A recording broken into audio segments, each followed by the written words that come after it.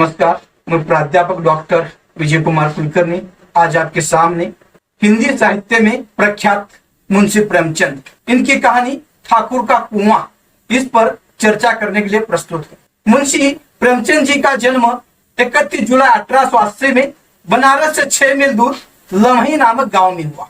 इनके पिता का नाम आजाब राय मुंशी तथा माता का नाम आनंदी देवी था।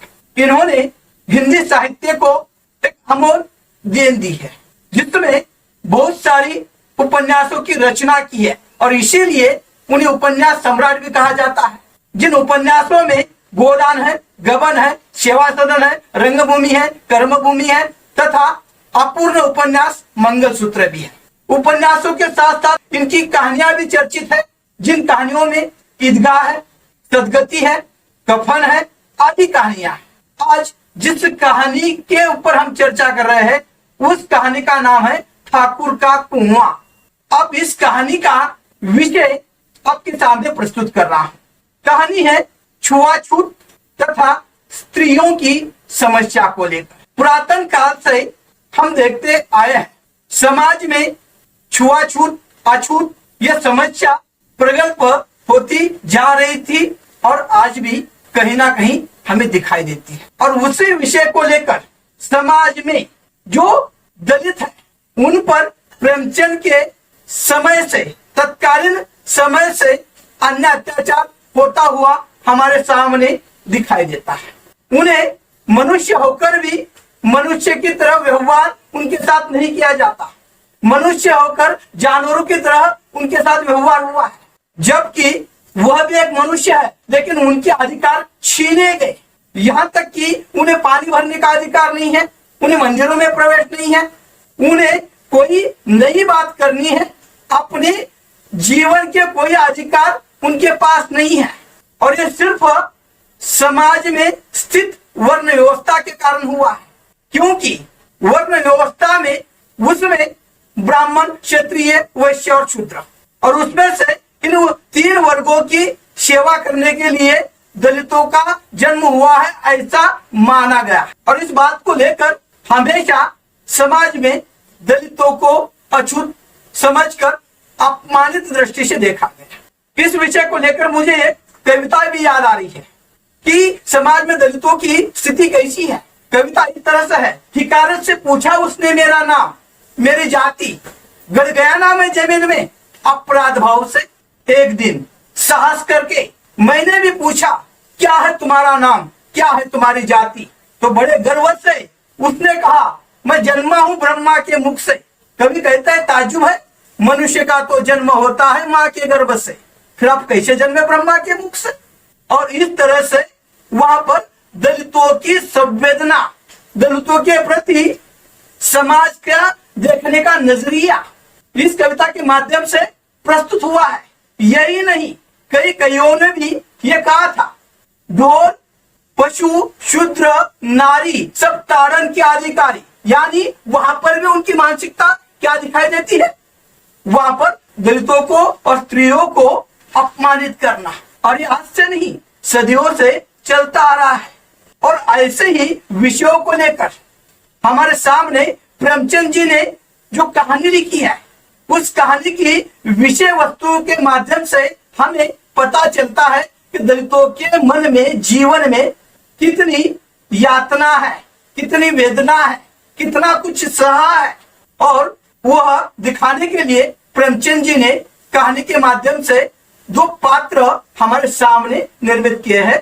और उस पात्रों की संवेदना के माध्यम से हमें पता चलता है कि क्या त्रासदी थी।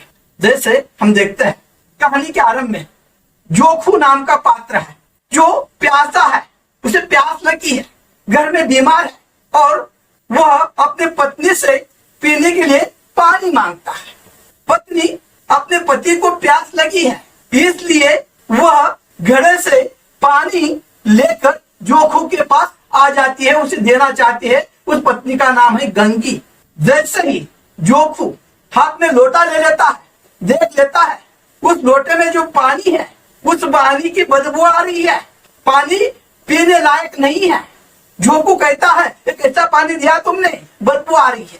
गंगी वहां पर जाकर सही में देख लेती है तो वास्तव में उस पानी से बदबू आ रही थी और वह कहती है पति को पानी नहीं देती क्योंकि पति बीमार है। लेकिन उसके समझ में यह नहीं आ रहा था कि पानी उबालने से पानी के अंदर जो खराबी है वो नष्ट हो जाती है। लेकिन गंगी ने पति से कहा कि मैं अभी जाकर कुएं से दूसरा पानी ले आती हूँ। तब जो को आश्चर्यचकित हो गया, वो कहता है पानी, और तू अभी लाएगी? कहां से लाएगी?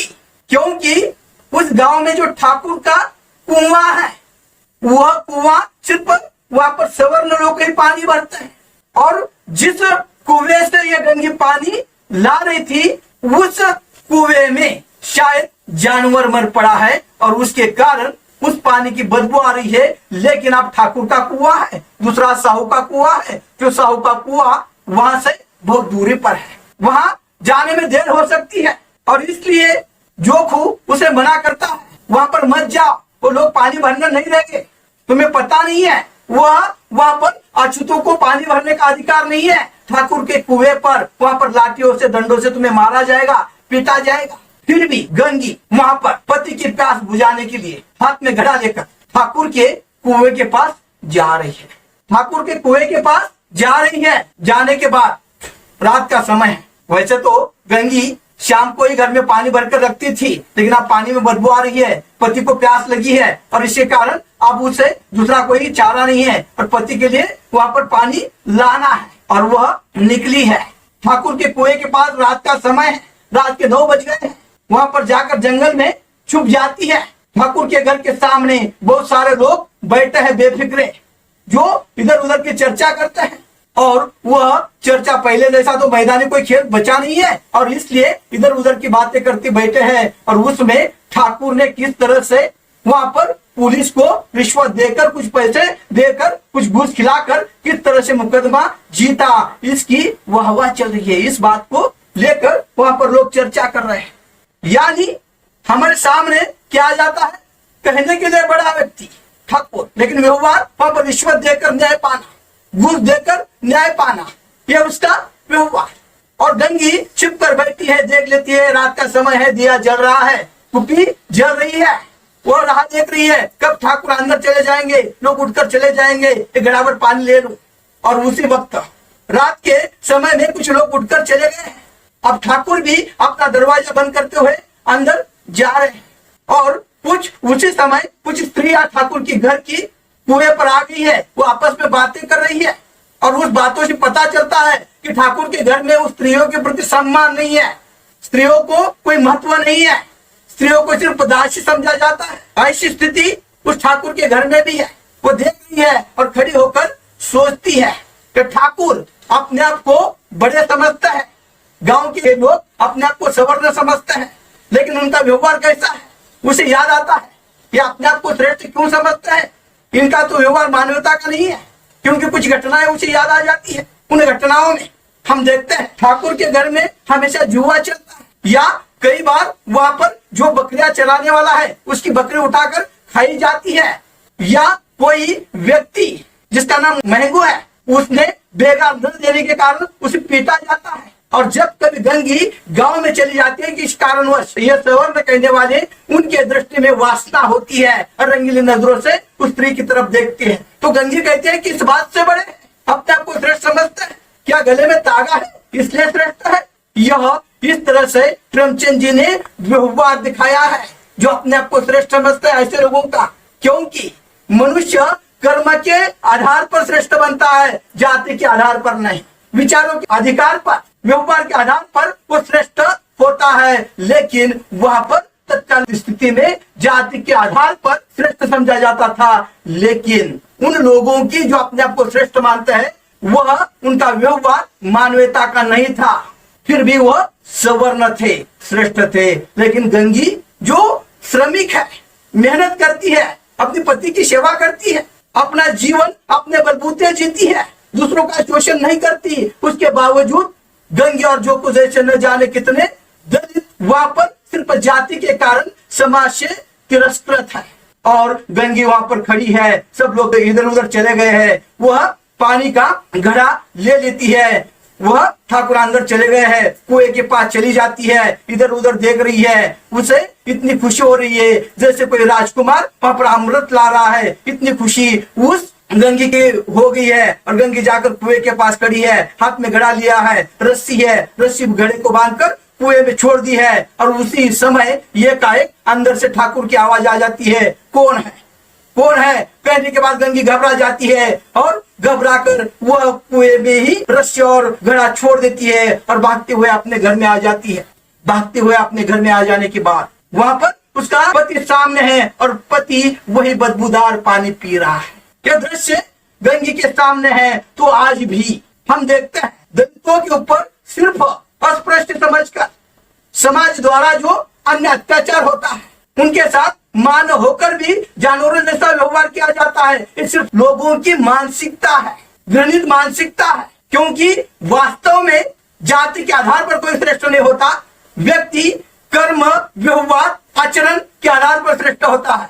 लेकिन तत्कालीन स्थिति में सिर्फ जाति को महत्व दिया गया और इसी कारण से हम आज भी देखते हैं कई गांवों में दलित समझकर उन्हें मंदिरों में प्रवेश नहीं है, पानी पीने के लिए अलग व्यवस्था। ये सारी मनुष्य द्वारा बनाई गई व्यवस्था है और इस व्यवस्था के कारण मनुष्य न रहकर जानवर बनते जा रहा है। उसका विवेक कहीं पर खो गया है। जब तक हम मनुष्य को मनुष्य की दृष्टि से नहीं देखेंगे तब तक हम मनुष्य नहीं बन सकते। और इसी तरह से प्रेमचंद जी ने इस कहानी के माध्यम से हमें तत्कालीन स्थिति में दलितों पर होते हुए अन्य अत्याचार का चित्रण हमारे सामने किया है। जोखो और गंगी ये प्रतिनिधित्व करते हैं उस दलित जाति का।